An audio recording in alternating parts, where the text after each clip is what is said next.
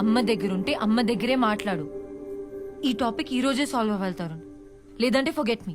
Forget me ఏంటి sir? పెళ్ళన్నా కొన్ని adjustments ఉంటాయి. God, I'm tired of making you and your mother happy Tarun.